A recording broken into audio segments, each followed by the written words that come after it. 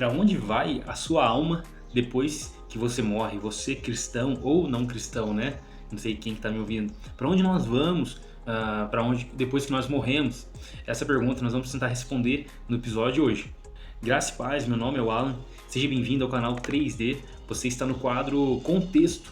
É o quadro onde nós pegamos alguns versículos da Palavra de Deus e tentamos entendê-los à luz do seu contexto. Então, desde já curte esse vídeo, compartilhe, fique atento, comenta aí embaixo algum comentário aleatório aí, depois no final você comenta algo a respeito do vídeo, para ajudar a gente no engajamento do vídeo, tá bom? Porque senão o YouTube não vai entender que você gostou. Talvez você achou até interessante, poxa, tirou minha curiosidade, eu não tinha dúvida a respeito disso. Mas o YouTube não entende que você teve essa curiosidade sanada, né? Ou essa dúvida sanada, a não ser que você curta, a não ser que você ajude no engajamento do vídeo. Então, bora lá pro vídeo.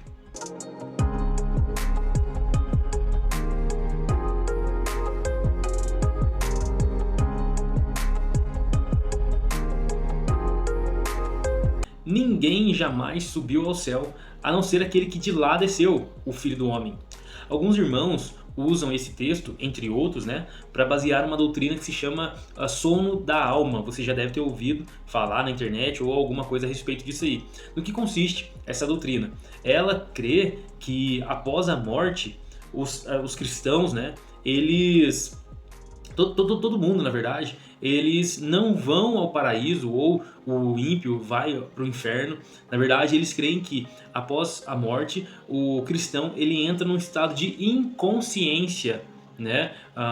Um estado de sono, né? Por isso que é chamado de sono da alma, onde o homem ele dorme, ele está descansando ali, ele num estado de inconsciência. É como se a pessoa ficasse dormindo após a morte. Né? Inclusive há alguns versículos bíblicos que o apóstolo Paulo, né, em Tessalonicenses, em 1 Coríntios, ele vai usar essa palavra dormir, né? Não estou me referindo àqueles que dormem, né? Certamente não precederemos aqueles que dormem. Eu acredito que quando o apóstolo Paulo ele usa essa palavra dormir a respeito aos que dormem, né? Na verdade é um eufemismo, né? É uma palavra mais branda para suavizar aquilo que ele está querendo dizer. Por exemplo, quando alguém morre, né? Algum amigo seu, algum parente seu, você não fala durante a conversa, não fala, não, o fulano morreu, né? Seu pai morreu, sua mãe morreu. Não, você vai usar uma palavra mais branda, né? Ele faleceu, né? Num velório, você vai falar assim, olha, não, ele está morto, não, ele está descansando. E por que eu acredito que nesse texto de João, no capítulo 3, versículo 13, Jesus não está defendendo essa doutrina, não está falando que as pessoas não vão ao céu, ou ele está falando que somente ele foi para o céu porque ele ressuscitou. João capítulo 3, versículo 13. Ninguém jamais subiu ao céu a não ser aquele que veio do céu, o Filho do Homem.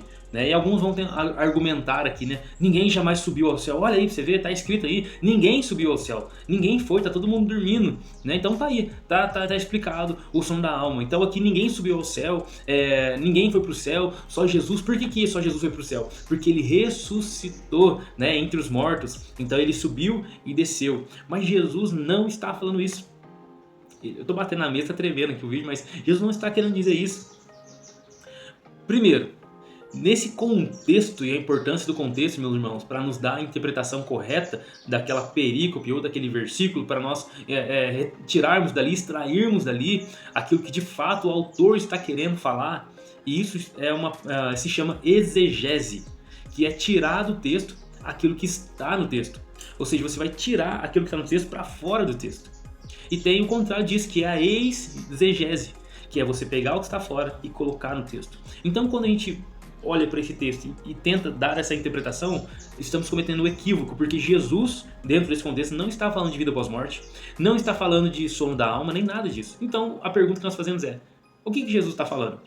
Segunda coisa, Jesus não poderia estar se referindo à vida após a morte, ao fato dele ter subido e ressuscitado dentre os mortos, porque nesse exato momento Jesus ainda não tinha sido crucificado, Jesus não tinha ressuscitado, Jesus não tinha subido à majestade, né, sido glorificado novamente. Então quando ele fala ninguém subiu ao céu, não está se referindo, Jesus não está falando, olha, eu sou o único que subiu porque eu ressuscitei, porque isso ainda não tinha acontecido, seria ali um anacronismo, né? E terceiro, Jesus não está defendendo o sono da alma. Por quê? Porque Jesus mesmo disse ao ladrão na cruz, você vai lembrar, aquele ladrão, Jesus foi crucificado entre dois ladrões, né?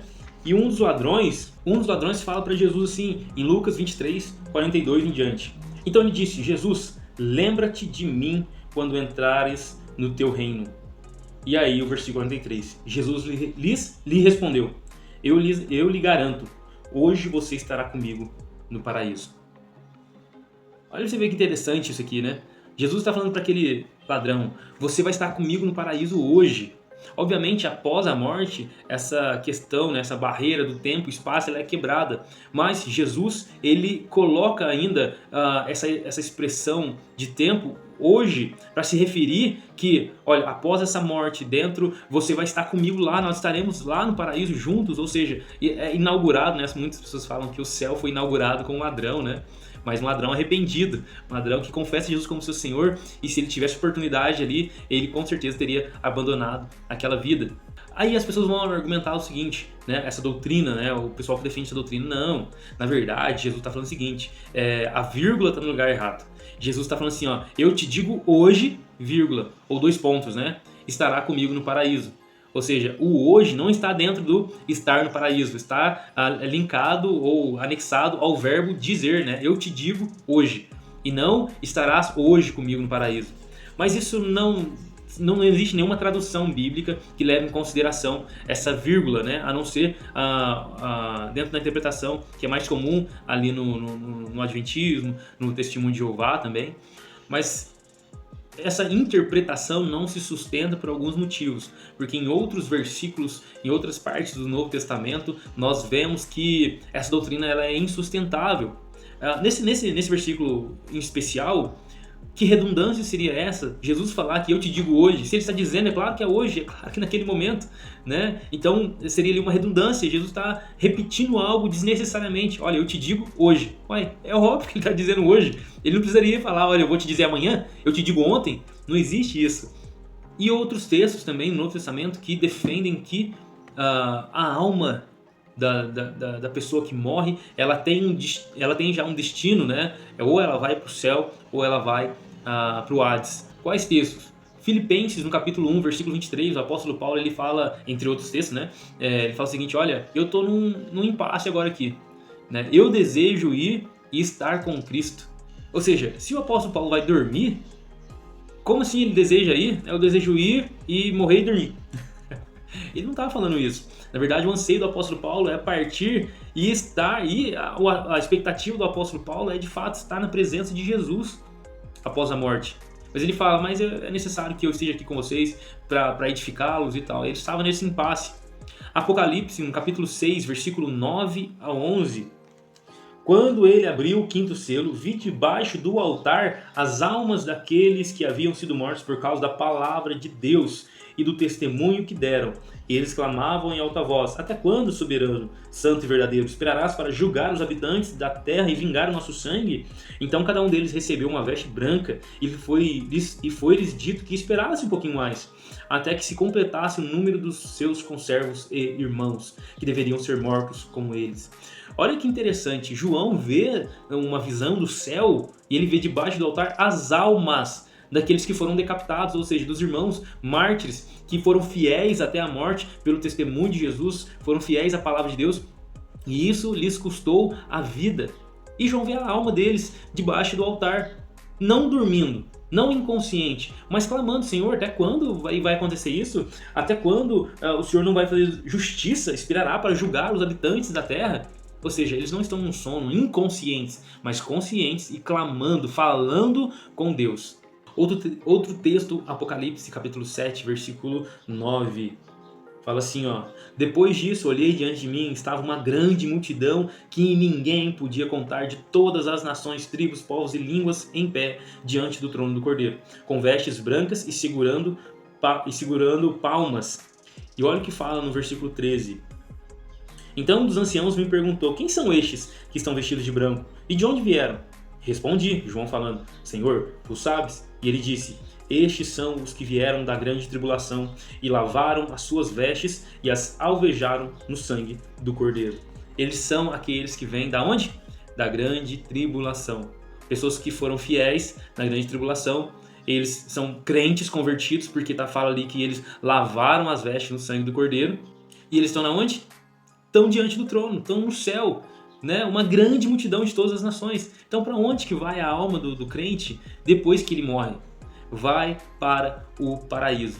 Mas se então a alma do crente vai para o paraíso, o que Jesus quis dizer com ninguém subiu ao céu? Porque o contexto de hoje está dentro daquele texto. Vamos voltar lá para João. Eu vou sempre falar nos vídeos 3 regras para interpretação bíblica que são essenciais. Primeira, contexto. Segunda, contexto. Terceiro, contexto. Do versículo 3, olha o que Jesus fala para Nicodemos. Olha, ninguém pode ver o reino de Deus se não nascer de novo. No versículo 5, ele diz: ninguém pode entrar no reino de Deus se não nascer da água do Espírito. E aí, Nicodemos fica doido, porque ele pergunta: mas como que pode ser isso, meu Deus do céu?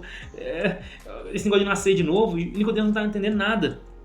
E aí Jesus fala para ele: você é mestre em Israel, não entende essas coisas? Eu asseguro que nós falamos do que conhecemos e testemunhamos do que vimos, mas mesmo assim vocês não aceitam o nosso testemunho. E é o versículo 12, Jesus diz: eu lhes falei de coisas terrenas, e vocês não creram. Como crerão se lhes falar das coisas celestiais? Olha o que Jesus está falando pro Nicodemos. Olha, eu estou falando coisas para você simples. De novo nascimento, está profetizado. Isaías, Jeremias 31 fala do novo nascimento. Ezequiel 36, do 26 ao 27, 28, fala do novo nascimento. Está lá escrito e você não percebeu. Como que você pode ser mestre em Israel e não saber essas coisas? E aí Jesus fala: olha, eu vou falar eu tô falando de coisas terrenas, você não está entendendo? E quando eu falar de coisas espirituais ou coisas celestiais, como serão se eu falar de coisas celestiais?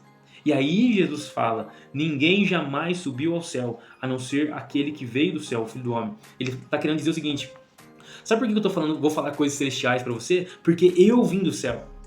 Ninguém foi ao céu, mas eu posso falar de coisas celestiais porque eu vim do céu. Alguns vão até entender que quando Jesus fala ninguém subiu ao céu, ele está querendo dizer que ninguém participou do conselho de Deus. Ninguém tem essa autoridade para falar, a não ser eu mesmo que vim do céu. O próprio João Batista, ele fala a respeito de Jesus aqui em João, no capítulo 3, mais ou menos nesse mesmo sentido. Capítulo 3, versículo 27 do livro de João. A isso João respondeu: uma pessoa só pode receber o que lhe é dado dos céus. E aí o 31 ele também diz: aquele que vem do alto está acima de todos. Aquele que é da terra pertence à terra e fala como quem é da terra. Aquele que vem dos céus está acima de todos. Eu espero que você possa ter entendido mais essa passagem, entendido aquilo que Jesus quis ensinar dentro desse versículo especificamente. A nossa esperança é um dia nós partirmos dessa vida, fechar nossos olhos, abrir nossos olhos e já estar na presença do Senhor Deus Todo-Poderoso. Nós só temos uma vida para servir a Jesus, e é nessa vida então nós venhamos aproveitar. Então sirvamos a Ele mesmo em meio às dores, mesmo em meio aos sofrimentos, tendo a esperança de que quando nós partirmos dessa vida, nós iremos encontrá-lo. Olharemos para Ele dentro dos seus olhos, a nossa maior esperança. Um dia Ele olhará para nós e Ele vai falar o seguinte: vinde benditos de meu Pai, possui por herança aquilo que vos está preparado desde antes da fundação do mundo. Fique firme, permaneça. Se você partir ou eu partir dessa vida, tenha a esperança de que nós iremos encontrar o nosso Senhor e Salvador Jesus Cristo. O crente não tem medo da morte. A morte é promoção. Nós não vamos se matar, obviamente, né? Cometer suicídio. Mas velório de crente é festa. Brincadeira, a gente sabe que tem a dor da perda e tudo mais, mas nós sabemos que existe uma esperança maior que vai para além dessa vida. Amém? Deus abençoe você. Esse foi o contexto de hoje. Toda segunda-feira, quarta e sexta tem vídeo novo aqui no canal.